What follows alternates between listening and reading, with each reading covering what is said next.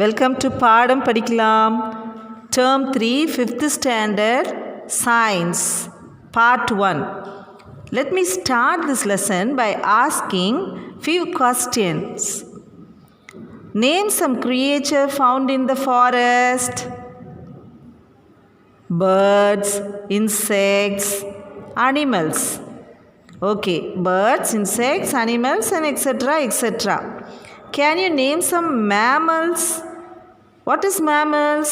Mammals means which give birth to the young one, like cow, lion, cheetah, tiger, monkey, etc. Most of them are animals. Yes, in this lesson you are going to learn about animals. 5th Standard Science Term 3 Unit 2 Animals. Our planet Earth has countless number of organisms, including plants and animals. Among them, animals are the most advanced organisms. Animals are a gift of nature to human beings. They are very closely associated with us in our daily life and contributed a lot to us. Man is exploiting nature nowadays more than ever before. Hence, animals are affected and many of the plant and animal species are disappearing from the surface of the earth. We are going to learn about reproduction in animals. Reproduction in animals. All living organisms reproduce. Reproduction is the biological process by which an organism gives rise to a new organisms. In animals, begins with the formation of sperm from the male and egg from the female. Next, the sperm and egg join together to form a zygote. Finally, the zygote grows and develops to become a baby animal. This process is essential in all living organisms, both plants and animals. Reproduction is essential for the continuation of similar kinds of species, generation after generation. In animals, two types of reproductions are seen. They are sexual reproduction and asexual reproduction. Now we are going to learn about sexual reproduction. What is sexual reproduction? Sexual reproduction is a natural way of reproduction in humans, animals, and also in most of the plants. This type of reproduction is more complex and lengthy as compared to sexual reproduction. Different and unique offsprings are produced by sexual reproduction. Sexual reproduction consists of 3 stages: pre-fertilization, fertilization, post-fertilization. Pre-fertilization, fertilization, post-fertilization. We are going to learn about pre-fertilization. We all know that pre means before. So, pre-fertilization means the process that occurs before the actual fertilization. In this stage, 2 events take place. There are 2 events that occur before fertilization, that is formation of male and female gametes. Gametes means reproductive cells. Then the second one, gamete transfer, that means bringing the male and female gametes together. The male reproductive organ is called testes and the female reproductive organ is called ovary.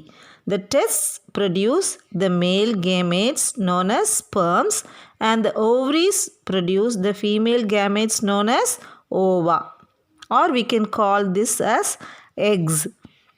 The male gametes reach the female gamete during this stage.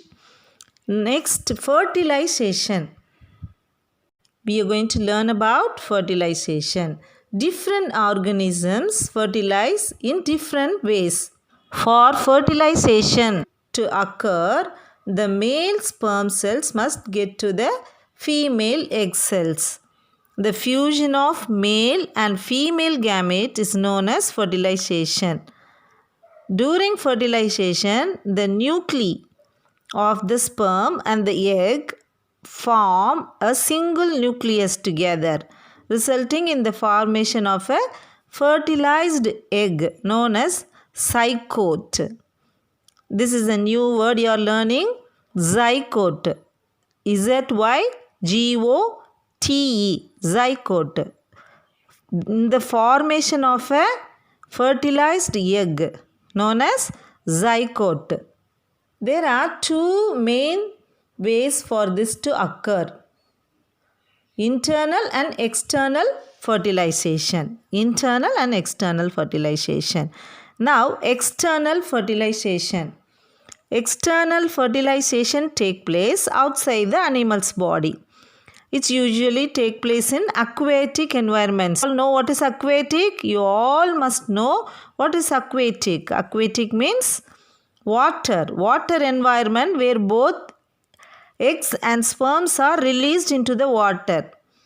Fertilization in frogs and fish take place by this method. When the fertilization take place inside the animal's body, it is called internal fertilization. Internal fertilization take place in animals like cat, dog, cow, and many more animals, and even human. Embryo formation is also called post-fertilization. Events refers to all the events of sexual reproduction taking place after fertilization. That is, after the formation of zygote. I told you what is zygote. The zygote further divides repeatedly into group of cells. These cells develop into different tissues and organs constituting a full body. This structure is known as embryo. Development of the embryo post-fertilization basically involves. Post-fertilization is a series of events that take place after fertilization to develop a seed from an ovule and a fruit from an ovary and a zygote from an. The embryo continues to develop in the uterus and it is developed into body parts such as head, face, hands, legs, etc. based on whether the embryo develops outside or inside the body. Animals are classified into oviparous and viviparous respectively. Animals are classified into oviparous and viviparous. You are going to learn about oviparous animals and viviparous animals. What is oviparous? Oviparous animals are animals that lay their eggs with little or no other embryonic development within the mother. They produce their offspring by laying eggs. In the case of birds, new ones are produced from the eggs. The egg cells protects the embryo from outer environment and the embryo receives its nutrients from the egg yolk. In these animals, the newborn one will have different developmental stages.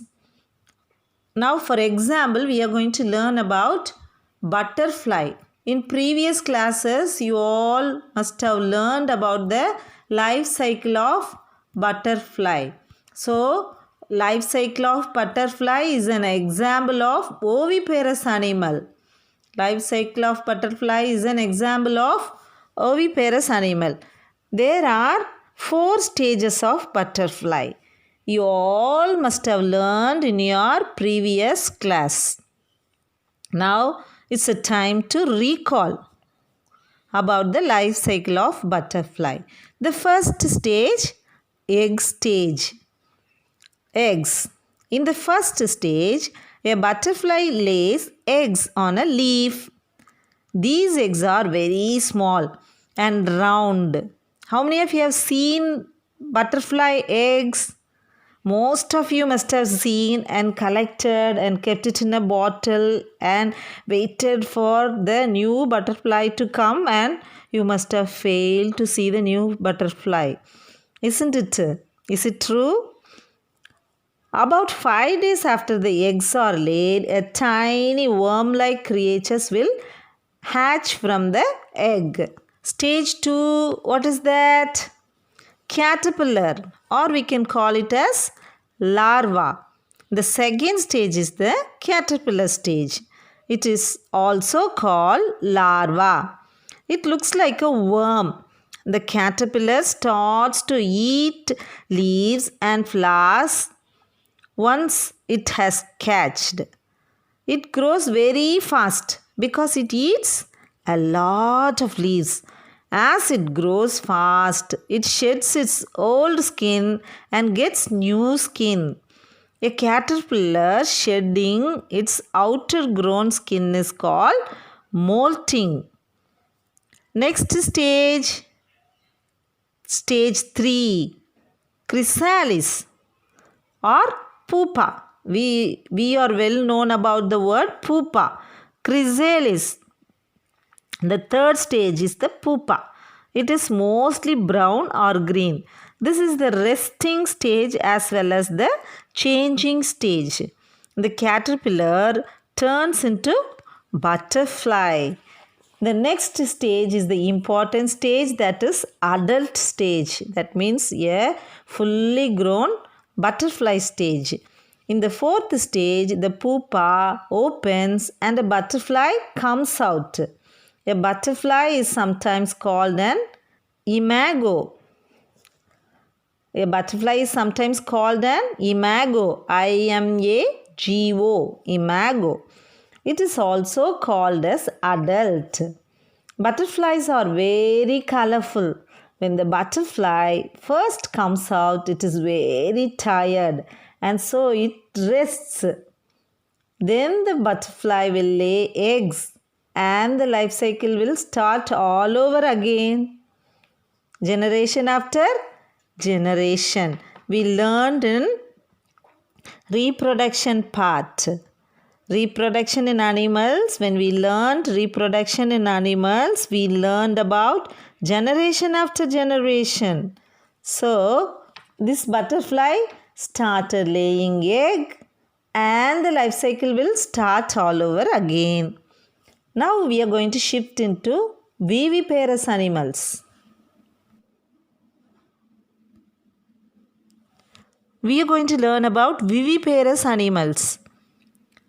Animals that give birth to offspring are called viviparous. Animals in which the embryo develops inside the body are called viviparous animals.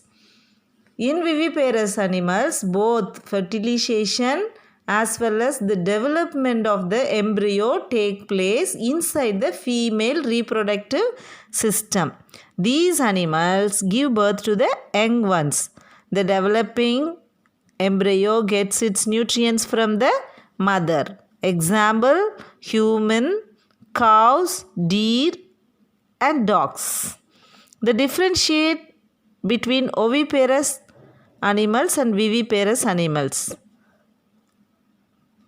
The difference between oviparous animals and viviparous animals.